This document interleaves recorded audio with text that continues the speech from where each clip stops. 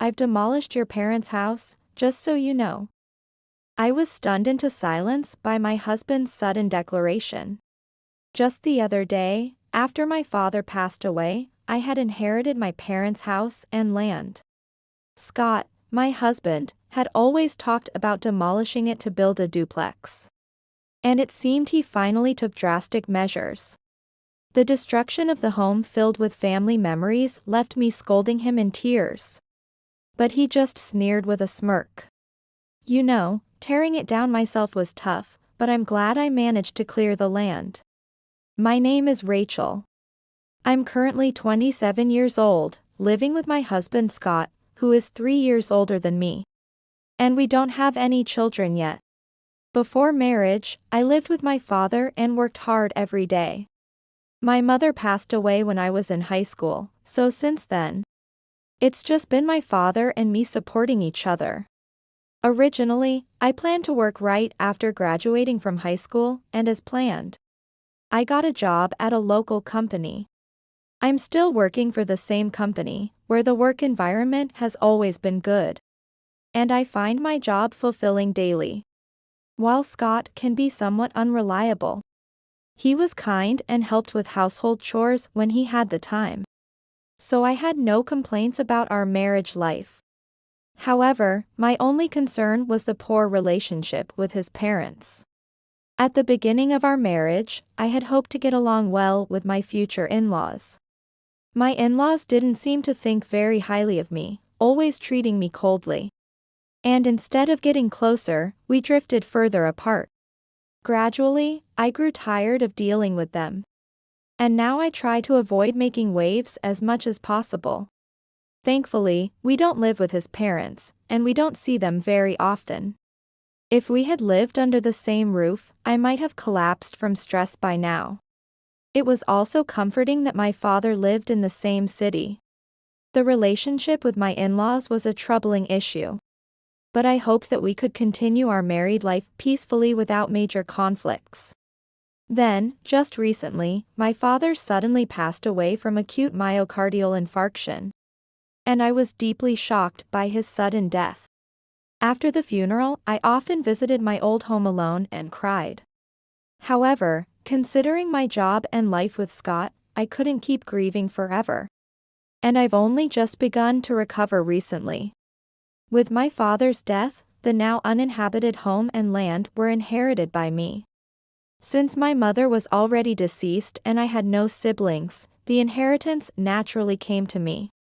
After finishing the inheritance procedures, Scott and I started discussing more about what to do with my parents' house. My father had once told me, "Rachel, after I'm gone, you can do whatever you want with this house and land." That meant the decision on what to do with the now vacant family home was up to me. This house is a precious place where I lived with my family, and it holds many memories for me. So, I had no intention of selling the land. Nor was I thinking of demolishing the house for the time being, though it would incur property tax. I wanted to occasionally clean the house and immerse myself in family memories, paying respects to the portraits of my parents. That's why I wanted to maintain the status quo for a while. However, Scott had a different opinion. When I acquired the assets, he was as delighted as if they were his own. Maintaining the status quo is a waste. Now that we've got this good land, let's make effective use of it immediately. Scott wanted to utilize the land where my parents' house stood as soon as possible. And our opinions were clearly divided. Indeed, the house is conveniently located a reasonable distance from the station. And the area is well equipped with large supermarkets and other facilities, making it a good location. However, it was built before I was born and was quite old, with many parts in need of repair. When we have children in the future, one option could be to renovate and live in that house. But I just couldn't accept Scott's opinion. It was because he was pushing forward as if the house was his own property. My in-laws had heard about the house and had the same attitude. They had conversations as if they were going to move to that land together in the future. And I felt left out as the heir. watching the delighted Scott and his parents. I felt a crisis brewing that they might take over the house as they pleased.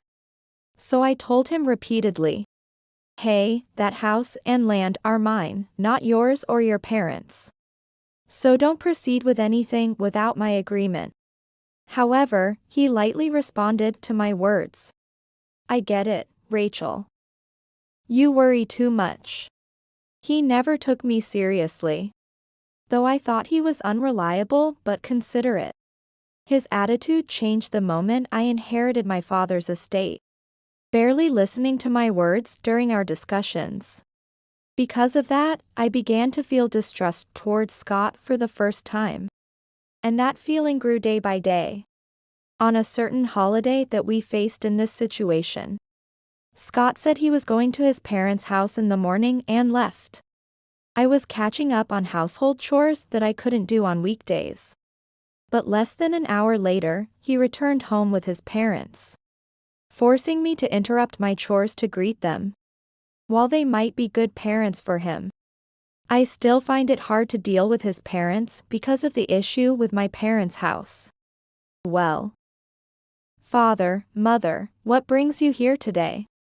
I hadn't heard anything from Scott about their visit, and it was unusual for them to come together to our house without prior notice. So I had a bad feeling. "We need to decide what to do with your parents' house soon. That's why I asked my parents to come." When I asked, he answered with a broad smile, confirming my bad feeling, and I felt like sinking. What to do? I've said many times that I want to maintain the current situation. As soon as I firmly stated this, Scott immediately objected. "That's a waste. I've said it many times too. That's why I'm thinking of demolishing the house and building a new duplex on that land. Then, my parents and we can live in the same house." What?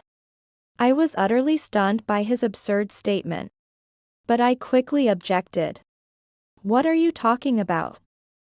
There's no way I could agree to that. Didn't I tell you not to make decisions without me?" Despite my desperate opposition, Scott and his parents only looked at me with disdain. Eventually, my father-in-law sighed and spoke up reluctantly. "Leaving such good land unused is a waste. Why don't you start taking him seriously? A wife should obey her husband." I couldn't say that Scott had never seriously listened to me. His parents care about him, so naturally, they take their own son's side. Moreover, my father-in-law is a stubborn man with strong patriarchal beliefs, thinking that a wife naturally should obey her husband. If I were to defy Scott in front of my father-in-law, I would surely be scolded with, "How dare a daughter-in-law speak like that?" And the next to interject was my mother-in-law. "You know, Rachel, we're getting older. And you never know when we might need care. It's obvious that it would be better to live together in a duplex. If we have Scott and you with us, we can live in peace." She said this in a calm tone. But I think she just wanted to live with me to push all the troublesome housework onto me. Right now, next to my father-in-law, she smiled elegantly, playing the role of a virtuous wife. However, when he's not around, her tone towards me becomes more sarcastic. And her attitude changes drastically. When I visited my in-laws' home and found myself alone with her, she started meddling unnecessarily, asking when we would have children or demanding to see her grandchildren, or using her age as an excuse to dump all the housework on me. If I tried to refuse, she would persistently complain. "Shouldn't respecting your elders be natural? What kind of family did you grow up in if you can't even do that?" Living with in-laws who constantly treat me with such disdain was something I couldn't even bear to consider. That house is where I lived with my parents for so long. It's filled with memories. I have no intention of demolishing it. Please just leave it be for now. I was firm in my stance. However, it seemed that Scott and his parents were not about to give up. Honestly, what a stubborn daughter-in-law. It's clear that building a duplex and living together is the best choice for the future. Your parents are gone, so now you should devote yourself to us. Her dismissive remarks about my parents made me want to grimace. But I managed to keep my composure. Ultimately, that day ended with everyone just clashing opinions, and my in-laws left dissatisfied.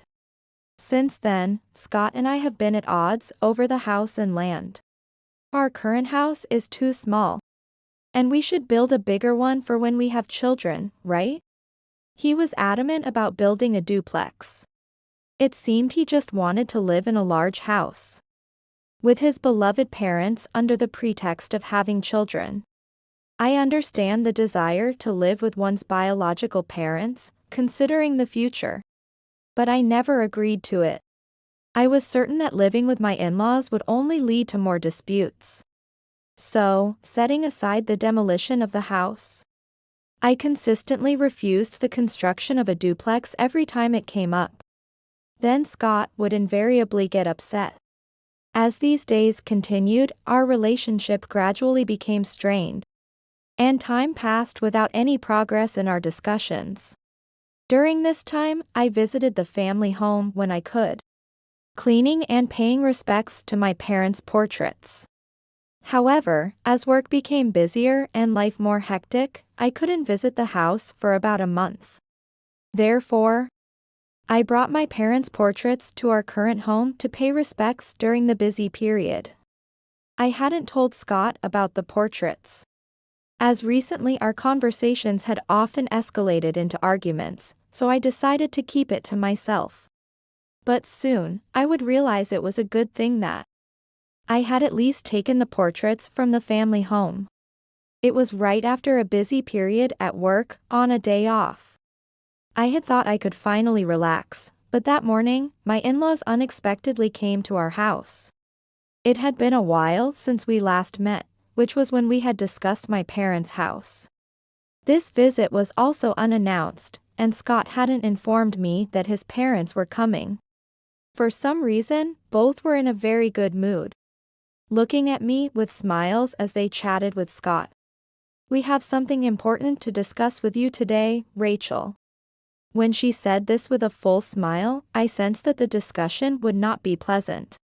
"What is this discussion about?" As I asked, Scott stood in front of me and said, "I've already demolished your parents' house." I was speechless, stunned.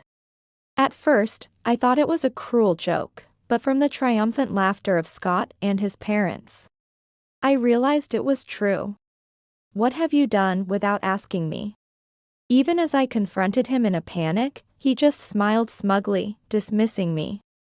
It turned out that he had demolished the house without my consent, though I was the owner of the house and land. Due to my busy work schedule, I hadn't been able to check on the house for the past month. He had taken advantage of this opportunity.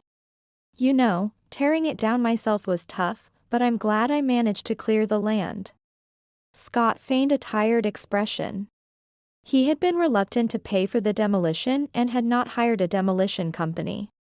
Instead, he borrowed heavy machinery from his father, who owns a small factory and several pieces of heavy equipment.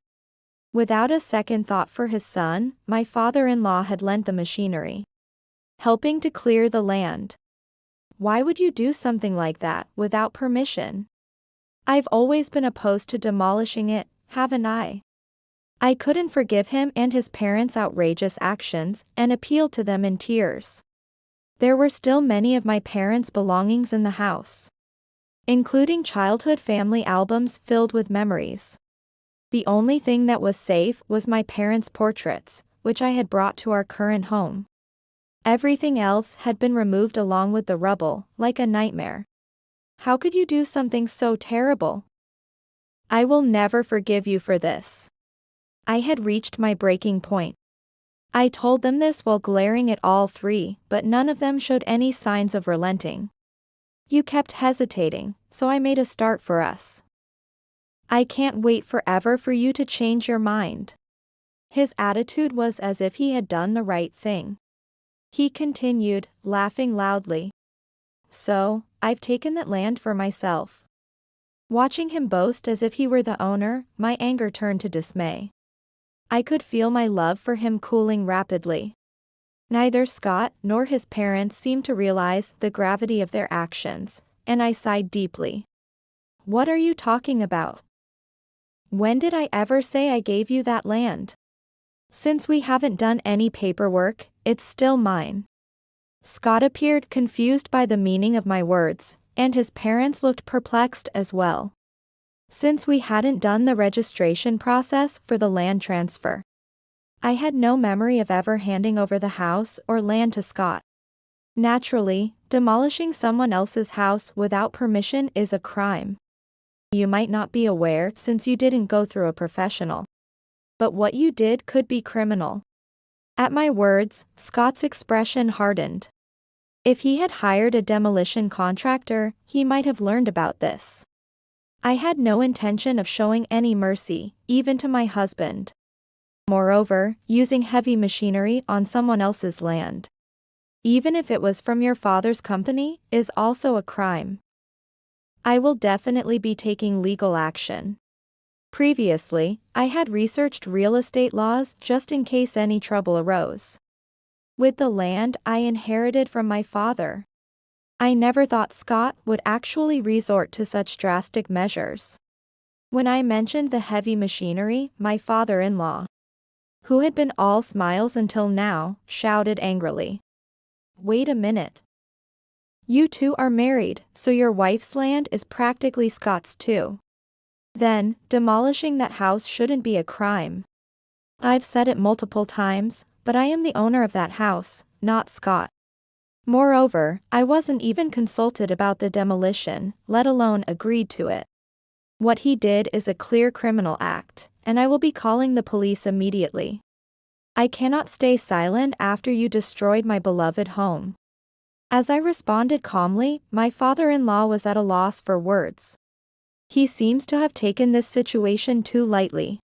Even though he lent his company's machinery for the demolition, he hadn't considered that I, his wife, would sue Scott, thinking that clearing the land could somehow justify the act. Reporting Scott. "But you are his wife. You couldn't possibly be serious about doing something so terrible, right?" As my father-in-law remained silent, my mother-in-law cried out in panic. "The terrible thing here is you demolishing someone's house without permission. This isn't something that can be dismissed just because I am his wife or we're married." After responding, I showed Scott the screen of my smartphone that I had searched. The screen explained the legal consequences of his actions.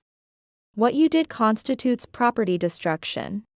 It's a penal offense with possible imprisonment, no fines, jail is certain. "Jail, you say?" My father-in-law raised his voice in panic, and my mother-in-law let out a short scream. "Wait, think this over. Aren't we a couple?" Scott clung to my arm with a pale face. However, I firmly shook off his hand and scolded, "Stop using our marriage as a shield. It's too late for that now. My family home is gone, along with all its memories, all because of what you did. I'm calling the police right now." And with that, I decided to make the call. At this point, he finally realized the irreversible mistake he had made. "Am I really going to be arrested?" "Me? No way." Trembling, he muttered under his breath, and eventually, he collapsed foaming at the mouth right in front of me. After that, Scott was arrested. And I moved out of the house we lived in with him, and rented an apartment near where my parents' house used to be. Although I was ready to divorce immediately, Scott refused to agree, and negotiations through a lawyer dragged on. Therefore, I am now considering a mediated divorce through family court. In the meantime, I hired a lawyer and a private investigator to gather information about Scott. What they discovered was that he had been visiting nightclubs for years and had secretly accrued debt. Scott had his eye on the full inheritance I would receive from my father's estate, planning to pay off all his debts with a substantial amount. of money that would come into my hands. When I learned the truth, I was so appalled I couldn't speak. Scott had discussed his debt with his parents, and unbelievably, they had become his guarantors. I can picture my in-laws, out of love for their son, agreeing to help him right away. It seems the repayment of the debt has stalled since Scott was arrested. And now his parents are cleaning up his mess. One day, out of the blue, I received a call from my mother-in-law. "Rachel, please help." She pleaded urgently right off the bat. When I asked what it was about, she bluntly asked me to lend her money. It seems she was being pressured to repay the debt Scott left behind. And their lives had become difficult. She had the audacity to say, "Rachel, you have the inheritance your father left, right? Please share some of that money with us." Impossible. Please handle it yourselves. Feeling no inclination to seriously listen to her, I coldly replied and hung up the phone. However, expecting her to call again soon, I decided to block her number. Since I haven't given out the address of the apartment I now live in, they shouldn't be able to come knocking. I never want to be involved with Scott or his parents again.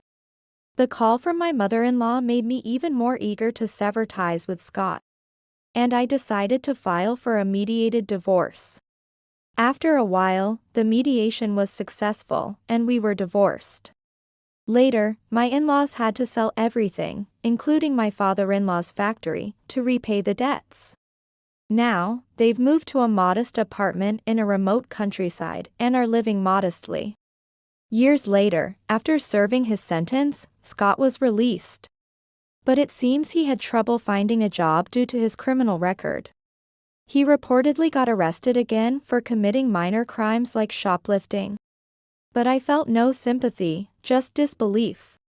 After divorcing Scott, I began earning a stable income by leasing out the land he had cleared. With the inheritance left by my father, I won't have any trouble living on my own. But I plan to keep working for a long time. Free from Scott and his parents, I can now work more energetically. I'm not thinking about remarriage yet. So I plan to enjoy my independent single life while focusing on my career.